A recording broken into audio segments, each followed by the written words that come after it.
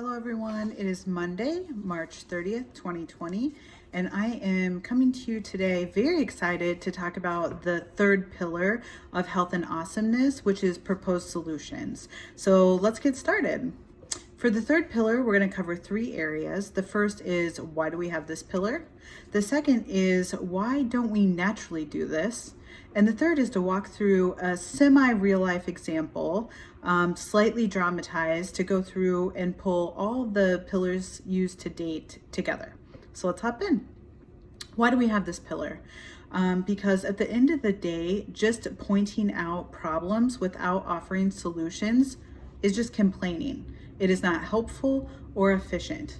Now, sometimes you might need to point out a problem and say, I'm not sure what the solution to this should be, of course, but it should be about 80-20, right? That you're proposing a solution if you have a problem. Why don't we naturally do this? I'll tell you, because it's hard. Your lizard brain it's completely configured to expend the least amount of energy to get stuff done. So it loves pointing out other things that people are doing wrong. It just doesn't necessarily want to figure out what the solution to them is. So we have to actively kind of combat that mentality from our lizard brain. So pillar number 3 is also closely tied to pillar number 4, is that when you propose a solution, it should start with, or at least involve you, right? If I think of a problem and think, yeah, Hosey should definitely do X, Y, Z, that's not very helpful for me pointing out what someone else should do.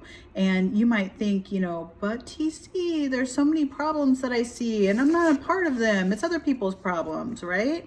Exactly my point.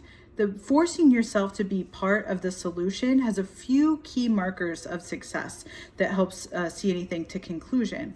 One, it forces you to think through what you are actually saying and look at the logistics, planning, and the feasibility of a proposed solution versus just putting it on someone else's plate. The second thing is there are a million problems to choose from. If you think you're good at picking out problems, welcome to the club. Everybody is, right? There are plenty to choose from. So we all benefit from having pillars that make us a bit more discerning about the problems that we want to bubble to the surface. And in my case, I have to do the same for my crusades, right? So we can choose to focus on only a certain number of things at any given point in time. Like the other pillars, this needs to be applied authentically and in conjunction with number 4, which is extreme ownership. Let's take a look though at a real life example that I had earlier this week or last week with Nico, and it's slightly dramatized. So these aren't all necessarily facts, but they're for walking through the pillars.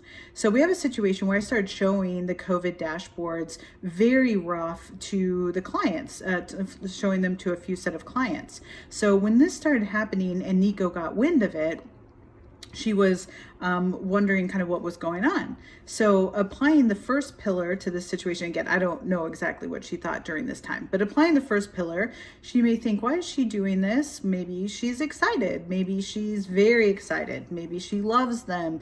Maybe she's helping some clients that are in dire situation kind of see the end of the light at the end of the tunnel.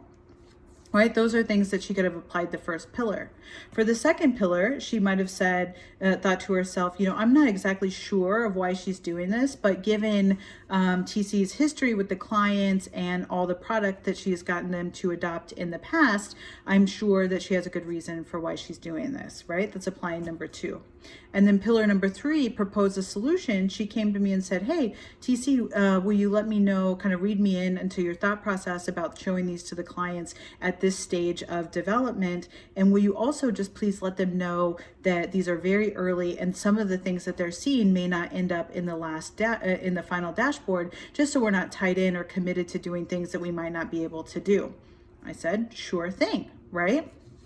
And there was no way for her to know that my true intent and those actions were because based on experiences where I had not gotten early feedback on features and we ended up missing the mark and had to go back to that feature, either hold it back from other clients or had to go back and spend considerable effort to get it out. So, and there was no way she could have known that that was my experience, right? But she got involved, she assumed good intentions, and that she proposed solution. So it's a great example.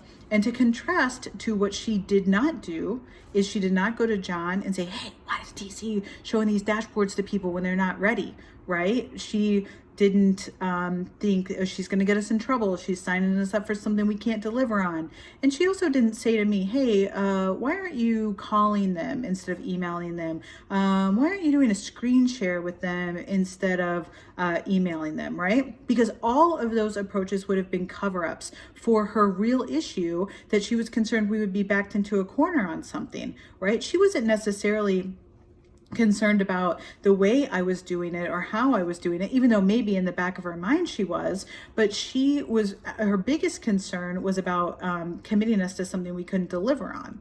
Right? By going straight to that point with me directly, she saved a ton of time and energy. Now, most likely everybody believes that they have a better way to approach any given situation, right? We're all very good backseat drivers, but it takes a very conscientious direction of your energy to focus it on the place where it can be most impactful and most help the situation move forward, right? Because she picked her battle, she got to the core of the issue.